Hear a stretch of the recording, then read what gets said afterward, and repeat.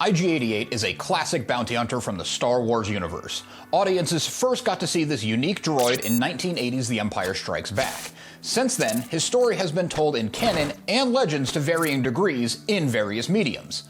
This transmission is going to look at all versions of IG-88's story to deliver you a concise understanding. In canon, IG-88's origin begins in the Clone Wars era.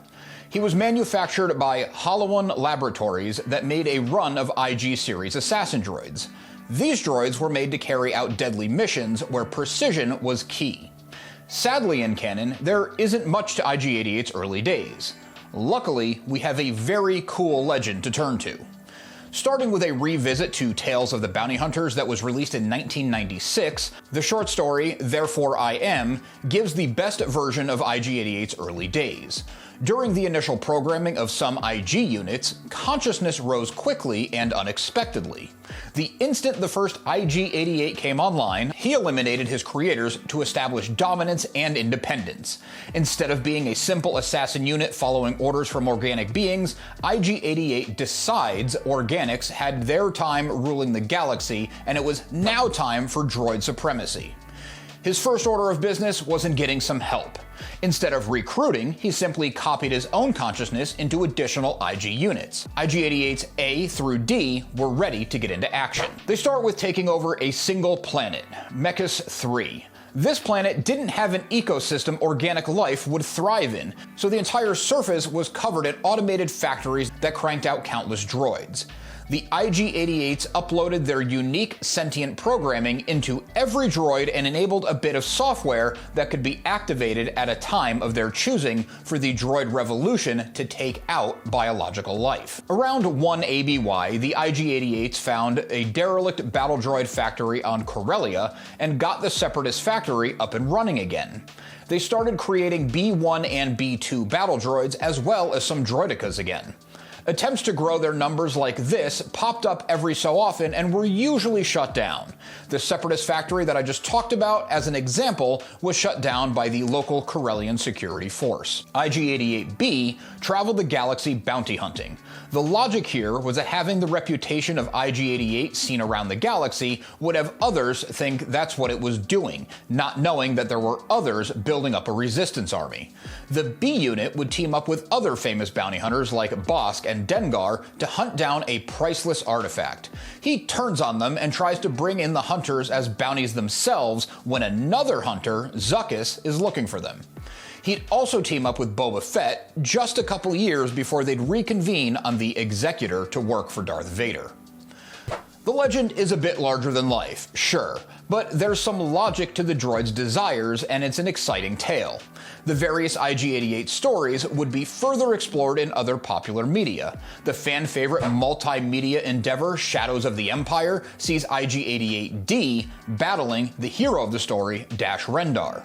He also shows up in Battlefront 2 and a PSP spin-off game called Battlefront Renegade Squadron. If you're getting value or entertainment out of any of my transmissions, it would mean a lot if you would join the Remnant and subscribe. The Battlefront series isn't exactly thought of for the story, it's known more as a big-time multiplayer online game, but it does give fans an opportunity to play as IG-88 and shows his combat prowess. Canon doesn't check in on IG-88 until that infamous scene in The Empire Strikes Back.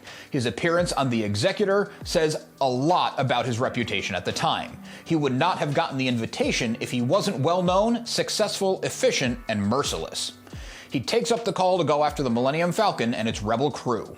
While he wasn't successful in the initial hunt, that didn't stop him from going after the carbon-frozen slab containing Han Solo in the War of the Bounty Hunters.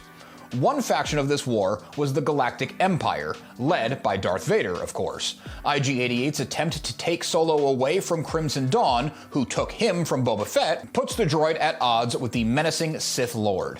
IG-88, even in canon, is quite formidable, but when going toe-to-toe with Darth Vader, the bounty hunting droid is no match and is left as scrap. But that isn't the end of the IG-88 story. Going back to the Legends version of the assassin droid, IG-88B's plan to find Solo on behalf of the Empire has him tracking Boba Fett, letting his competition do the legwork. Fett catches onto B's plans and destroys him on Cloud City. This part of the legend attempts to explain the IG shell seen on Cloud City in The Empire Strikes Back. Still in Legends, though it sounds like something from the canon War of the Bounty Hunters, IG-88 C and D each have an identical starship based on the IG-2000. They attack Boba Fett in his custom Spitfire, Slave 1, trying to steal the frozen Solo.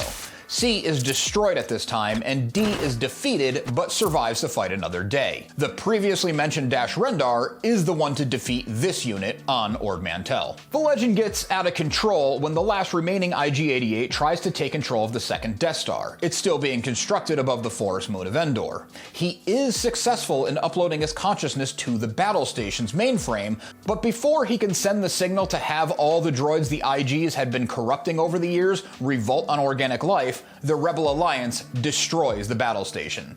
There's a little offshoot in this story where IG-88 is kind of messing with Emperor Palpatine by making the automatic doors on the battle station annoy him. It's so weird. I didn't really want to delve too deep into that part because it seems petty and small when we're talking about Emperor Palpatine and the second Death Star, but that's all in the story.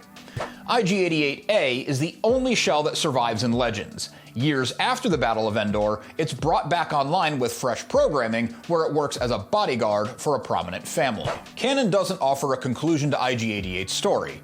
Not surprising, it doesn't offer much of anything on the droid's tale.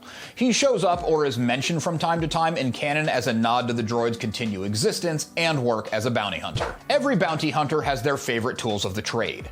I'm willing to bet none of those lists are as extensive as that of IG-88. Along with his Blastech DLT-20A rifle, he, or they, depending on the continuity, would use a flamethrower, a pulse cannon, neural inhibitors, repeating blasters, sonic stunners, paralysis cords, various gases, thermal detonators and other various grenades, and vibroblades.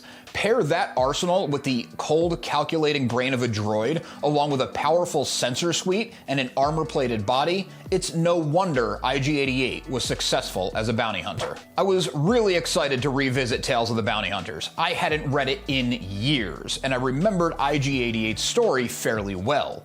It holds up, and it's still a great read. The bit about taking over the second Death Star is too much for me, but Legends would often go real big. The surprising thing I found when researching this video is the wasted opportunity of not exploring this awesome character in canon, especially with the popularity of IG-11 in the Mandalorian series. Check out this transmission next for more on bounty hunters in the Star Wars galaxy.